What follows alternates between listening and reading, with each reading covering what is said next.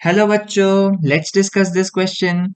Plasmodesmata are usually observed between A. Sieve tubes and bast fibers, B. Trachea and phloem fibers, C.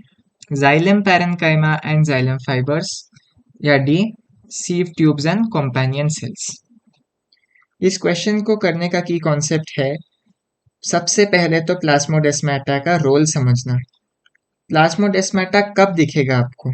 Plasmodesmata तब दिखेगा when there is a requirement of communication और interaction। जब भी communication या interaction की नौबत आएगी तभी आप किन्हीं दो सेल्स के बीच में प्लाज्मोडेस्माटा देख पाएंगे।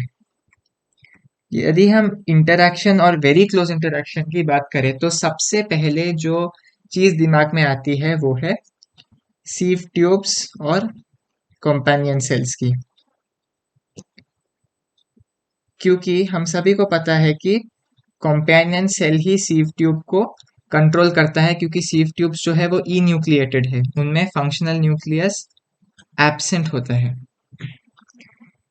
इसीलिए यदि हम ऑप्शंस देखें sieve tubes and bast fibres, ये तो बिल्कुल गलत हुआ, क्योंकि एक सीव ट्यूब, बास्ट फाइबर मतलब फ्लोएम फाइबर, इन दोनों के बीच में कोई भी इंटरेक्शन ही मौजूद नहीं है, तो प्लाज्मोडेस्माटा क्यों होगा?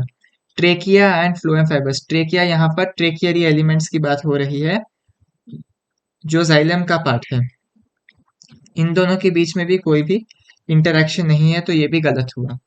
तीसरा है xylem parenchyma and xylem fibres, इन दोनों के बीच में भी कोई इंटरेक्शन नहीं है, तो ये भी गलत है। या D sieve tubes and companion cells, ये बिल्कुल सही है, क्योंकि इन दोनों के बीच में बहुत ही गहरा इंटरेक्शन है।